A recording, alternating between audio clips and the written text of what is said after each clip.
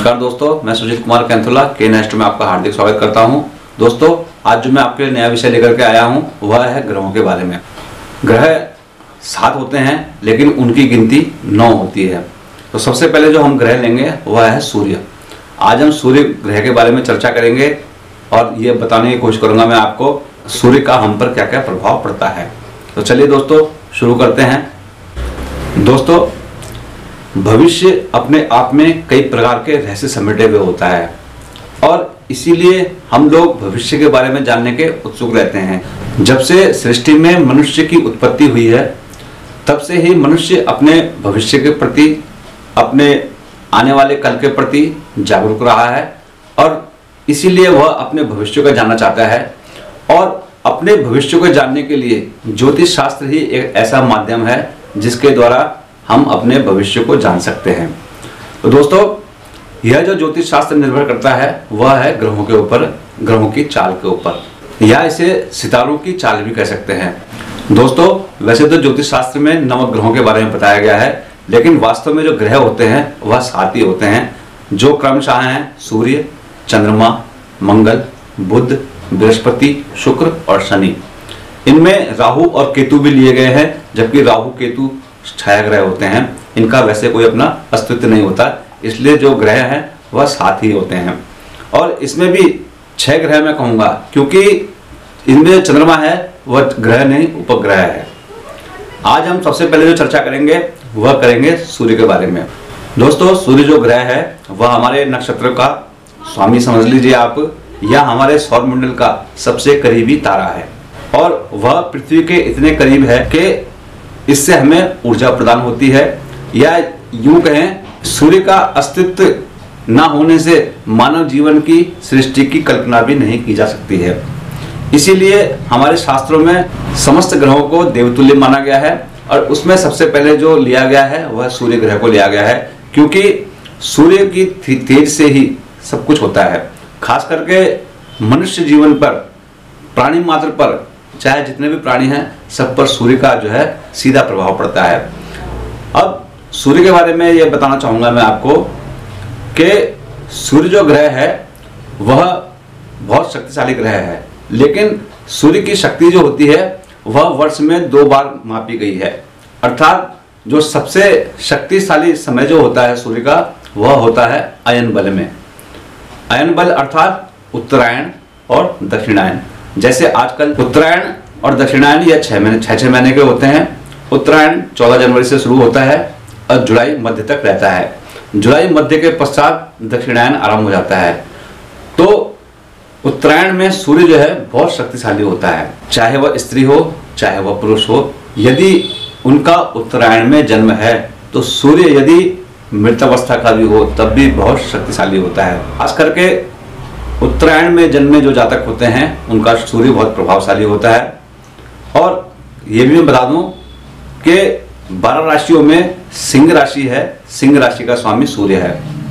सूर्य की विशेष बात यह भी है कि सूर्य मेघ राशि में परम उच्च का और तुला राशि में परम नीच का होता है। मेघ राशि के 10 अंश में सूर्य जो होता है वो परम उच्च का होता है और तुला राशि के 10 अंश पे अर्थात 10 डिग्री में सूर्य नीच राशि का, परम नीच राशि का हो जाता है।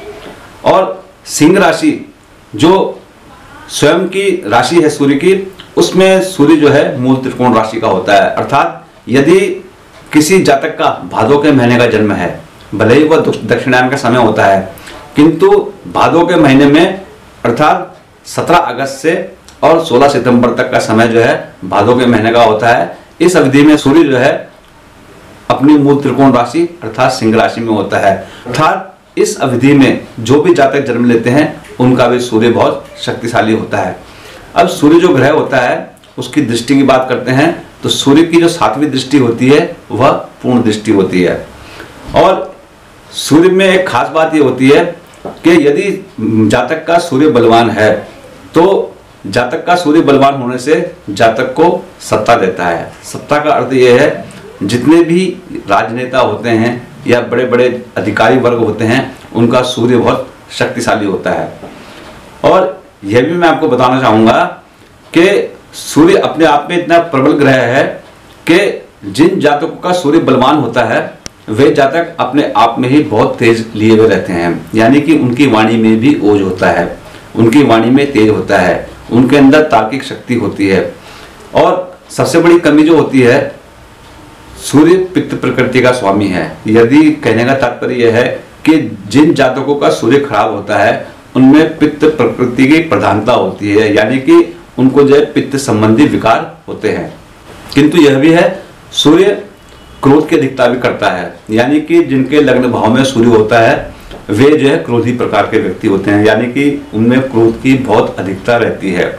किंतु फिर भी सूर्य अपने आप में बहुत सुंदर ग्रह है, बहुत गौरवशाली ग्रह है, यानी कि सूर्य बलवान होने से जातक के अंदर प्रशासन करने की क्षमता रहती है। सूर्य बलवान होना अपने आप में एक बहुत बड़ी बात होती है। और यही मैं आपको बता दूं कि सूर्य लग्न में हो और उच्च का सूर्य हो तो ऐसा जो जातक होता है वह बहुत तेजस्वी होता है, बहुत प्रतापी होता है, बहुत मेहनती होता है। और खास करके ऐसे जातक जो होते हैं वो ताम्र वर्ण के होते हैं। ताम्र वर्ण अर्थात तांबे के रंग के होते हैं, या यूं कहें उनका जो रंग होता है वह थोड़ा गहरा होता है। इसी के साथ में ये बताऊं आपको कि सूर्य अपने आप में इतनी आभा समेटे हुए है कि जिन जातकों का सूर्य बलवान होता है वे अपने जीवन में बहुत तरक्की करते हैं, बहुत उन्नति करते हैं, बहुत क्षमतावान होते हैं और तार्किक क्षमता उनके अंदर बहुत ज़्यादा होती है। और प्रशासन की क्षमता उनके अंदर होने की वजह से ऐसे जातक होते हैं वह भारतीय प्रशासनिक सेवा में जाते हैं। और यह जो सूर्य है यह उनको पूर्ण ओज प्रदान करता है। सूर्य के बलवान होने की वजह से ऐसे जातक बहुत प्रतापी होते हैं, बहुत मेधावी होते हैं, पढ़ने लिखने में बहुत अच्छे होते हैं। और खास करके ये बताऊं, सूर्य का जो रंग है वह केसरिया है।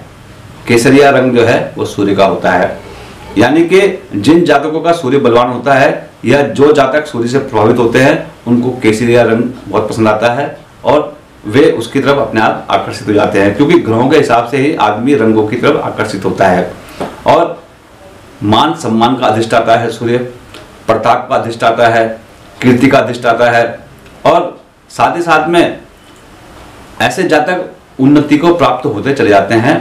और यह जो जातक होते हैं वह पूरे जीवन में सुख का उपभोग करते हैं।